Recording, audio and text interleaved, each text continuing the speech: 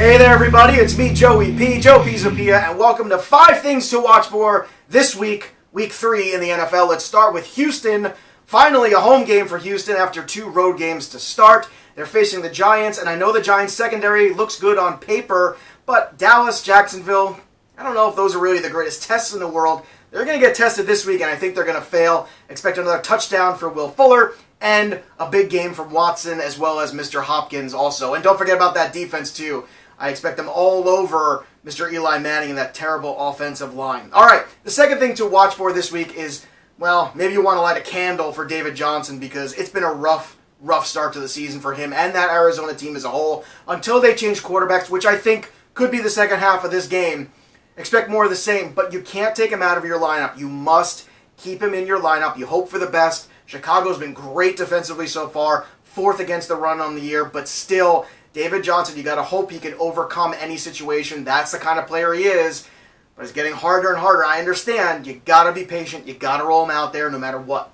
All right, the third thing to watch for is Alex Collins. Now, this is a tricky one here because if you look overall, you say the body of work for Alex Collins has been disappointing this year, and you'd be right. But you have to kind of go a little bit further and realize a couple things. First of all, week 1, game script completely didn't go in his way. They were up by so much, they took him out of the game. He didn't get a lot of action. Last week was just a bad game. So what are you going to do about it? Well, you're going to roll him out there again, and this is a make-or-break week for him.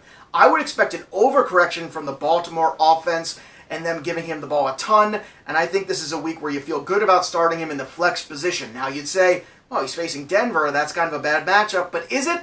Is it really? Because last year, Denver was 28th against the run, so I think Alex Collins has a make-or-break opportunity. I throw him out there because the last thing you want is to have a running back like him potentially on your bench getting you 15, 20 points. That would be the worst possible scenario. Roll him out there again, see what happens, and if it doesn't, then you can officially hit panic mode and start sitting him and letting somebody else get some playing time on your fantasy team.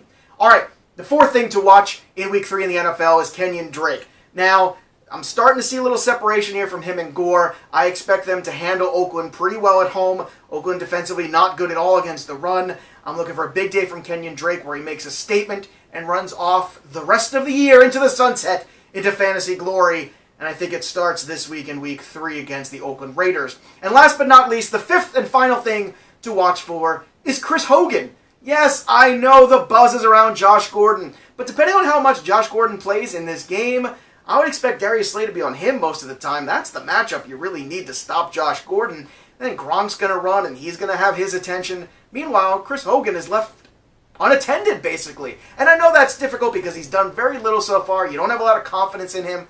But Josh Gordan might be the remedy, actually, believe it or not, for Chris Hogan, at least this week. So I think in a flex position, in a full PPR, you might want to fire him up as well. All right, you can follow me on Twitter at JoePizzapia17. Check out all the great content over at FantraxHQ.com. For everybody here at Fantrax, stay on track.